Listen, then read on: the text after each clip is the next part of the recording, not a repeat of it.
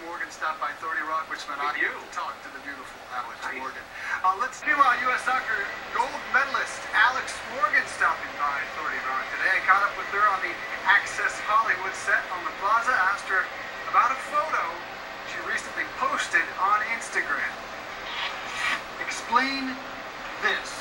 Oh my God, you did. You got that up. The onesie, really? I love onesies. I love snuggies. What's your onesies, favorite onesie? What's your snuggie? I actually have a Superman onesie at home. I would have brought it to you.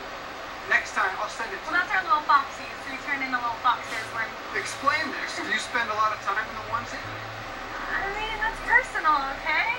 Well, you put it on Instagram. It must not be too personal. No, I mean, you know, when I want to get comfortable and I'm lazy, just throw on the onesie. I do want to ask you about the new league, all right? This is the third go-round for U.S. Women's Soccer League.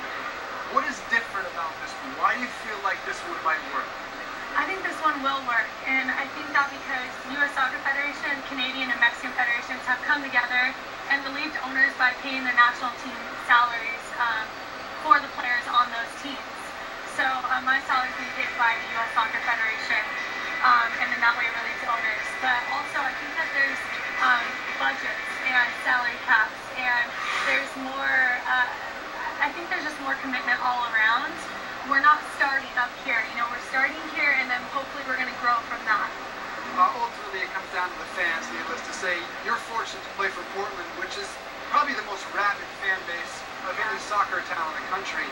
You played in front of 16,000 fans in the opener. What did they get there? Why does it work so well in that part of the country? I don't know. The Northwest is just amazing. It's crazy. Yeah, the soccer fans are great. And I've seen it in Seattle, I've seen it in Portland, now playing for Portland Thorns. I mean, they welcomed us first day, our home opener, more than 16,000 fans. And not just fans, you know, in the stands, sitting around, standing, chanting the whole game. It was awesome. It was a great environment. Yeah, the MLS team there is also an incredible fan base. Is there something about the United States that just doesn't get soccer the way they do with the Premier League? You play overseas and around the world. What doesn't translate as well? And is that changing? Do you see it changing? I mean, you see a lot of people talk about, oh, well, there's not enough scoring, and people want to see a higher scoring game and stuff like that. But I think people just don't really understand the game of football. And obviously, everywhere around the world, it's the number one sport.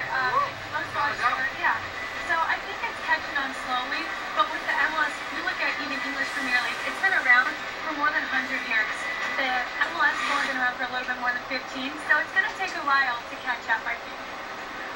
You've had the opportunity recently to be coached, in a sense, by Mia Hamm, who was the Alex Morgan for your generation. Now all the little girls look up and idolize you. What was that experience like? You're the only two players for U.S. Women's National Team to score 20 goals and 20 assists in the same year.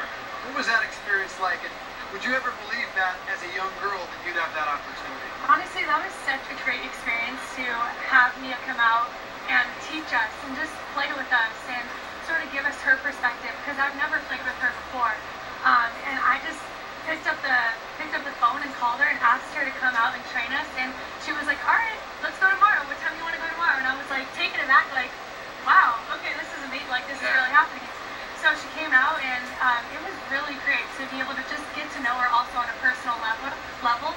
And I mean, I met her kids, her husband. Nomar. Nomar.